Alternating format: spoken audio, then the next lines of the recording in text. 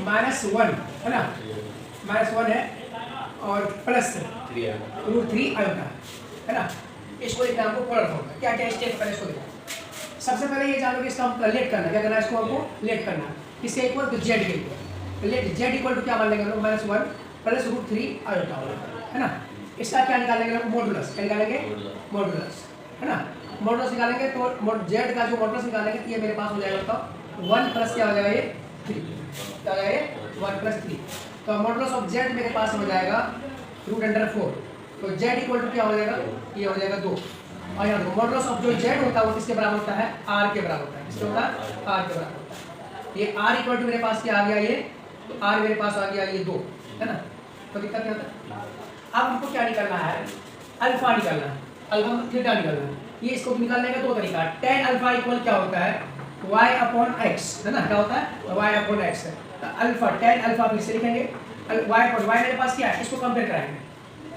और z जो होता है वो z इक्वल टू क्या होता है, a प्लस आयोटा b होता है। और a जो हमारा रियल पार्ट होता है, b क्या होता है, इमेजिनरी पार्ट होता है। और इसको कोऑर्डिनेट फॉर्म में अगर लिखना चाहे तो a को क्या लिखेंगे b, इसी को x y के फॉर्म में लिखना चाहे z equal to x plus क्या लिखेंगे आयोटा y है ना। तो इसको भी क्या लिखेंगे x, y। तो पहला वाला कोऑर्डिनेट जो होता है क्या होता है, x होता है, दूसरा वाला क्या होता है, y होता है। ये समझ में आ गया। तो मेरे पास यहाँ पे y अपॉन x है, तो y मेरे पास क्या है, √3 है ना।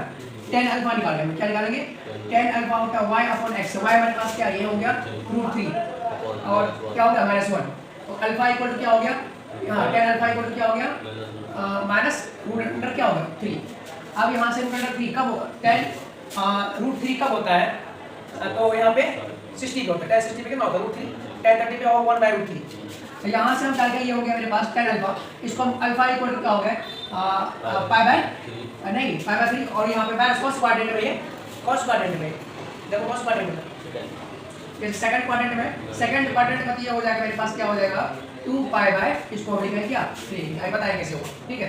अल्फा इक्वल टू क्या हो गया 2 यहाँ से मेरे पास थीटा आ गया ये 2 किसके 3 के बराबर। ये चीज हो गया। अब ये कैसे हुआ बता रहे हैं। ये चीज को हम लोग कैसे निकालते हैं, दो तरीका से निकाल सकते हैं। क्या, थीटा को हम लोग दो तरीका से निकाल सकते हैं। एक लिखते हैं r cos थीटा है ना, प्लस क्या लिखेंगे r i और ये रहा sin थीटा। पोलर फॉर्म जो लिखते हैं है ना। यहाँ जो r cos थीटा जो है इसको कंपेयर कराओ, किससे कंपेयर कराएंगे, तो -1 करेंगे, -1 प्लस करेंगे √3 आएगा, इससे कंपेयर करा देंगे, ठीक है।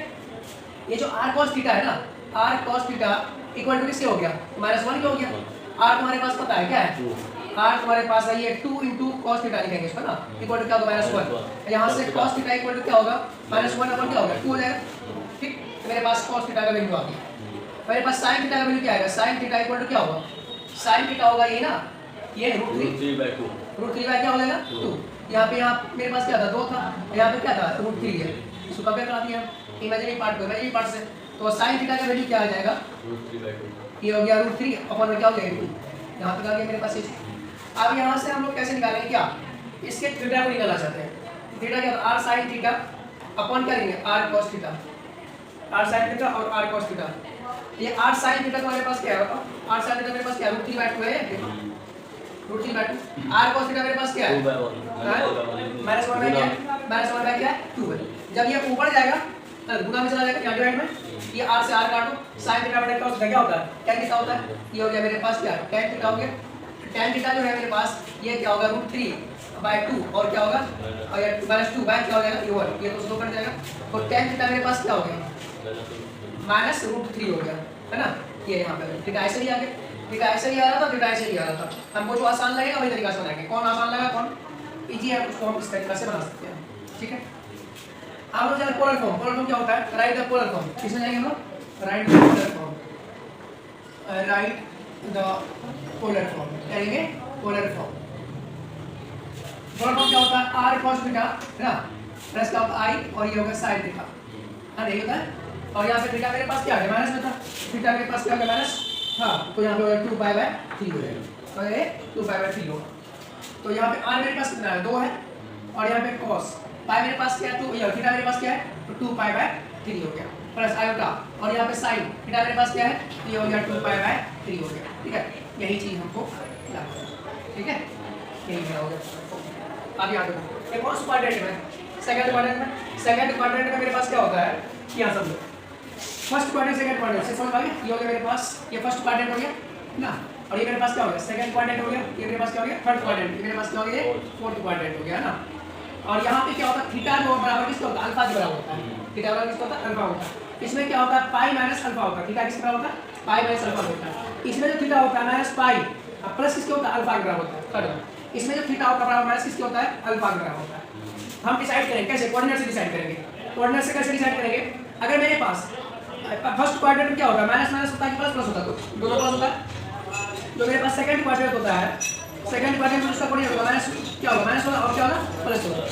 और थर्ड क्वाड्रेंट में जो थर्ड क्वाड्रेंट क्या होगा, तो मेरे पास माइनस माइनस होगा। और ये फोर्थ क्वाड्रेंट में क्या होगा, फोर्थ क्वाड्रेंट में क्या होगा, प्लस होगा। पहले क्या होगा, प्लस x से प्लस हो जाएगा, और ये x वाला प्लस होगा, y वाला क्या होगा, माइनस होगा, ये हो गया माइनस, ठीक है। ये क्वाड्रेंट को हम देख कर डिसाइड करते हैं कि थीटा क्या होगा, है ना। अब यहाँ पे क्या माइनस होता, माइनस होता तो किस क्वाड्रेंट में गया, सेकंड क्वाड्रेंट में गया, सेकंड क्वाड्रेंट में गया तो हम क्या करेंगे, इसके लिए सिंपल सही हम क्या करेंगे, तो यहाँ पे सेकंड का क्या पाई माइनस अल्फा होता है ना। तुम्हारे पास अल्फा क्या है, बताओ, पाई माइनस अल्फा। अल्फा तुम्हारे पास क्या है, बताओ, अल्फा तुम्हारे पास tan 60 होता है पाई बाय 3। तो चलो यहाँ पे लिखो क्या पे पाई बाय 3 लिख दिए। अब यहाँ पाई बाय 3 इसका एलसीएम ले लो, एलसीएम लिए कितना हो गया, 3 हो गया। और यहाँ 3 से 3 पाई माइनस कितना हो गया, पाई हो गया, ये कितना हो गया, 2 पाई बाय 3। आया समझ में, थीटा मेरा कहाँ से पता चलता है कि कौन सा क्वाड्रेंट अप्लाई कर रहा है, 2 पाई बाय 3 यहाँ हो गया। इसको वहाँ पे क्या करें, पोलर फॉर्म इसको हम लोग पुट कर देंगे, ठीक है। कोई दिक्कत नहीं, आसान कुछ नहीं करना, सिंपल सा क्वेश्चन ये है कि राइट द पोलर फॉर्म हमको करना है। इसमें सबसे पहले जो क्वेश्चन दिया है उसको क्या करना है, लेट लेट करना है। इसके इक्वल z के इक्वल, z के इक्वल मानना है, इसको मॉडुलस निकालना है। मॉडुलस निकालने के बाद क्या करेंगे हम लोग, मॉडुलस निकालेंगे, मॉडुलस के बाद अल्फा निकालेंगे।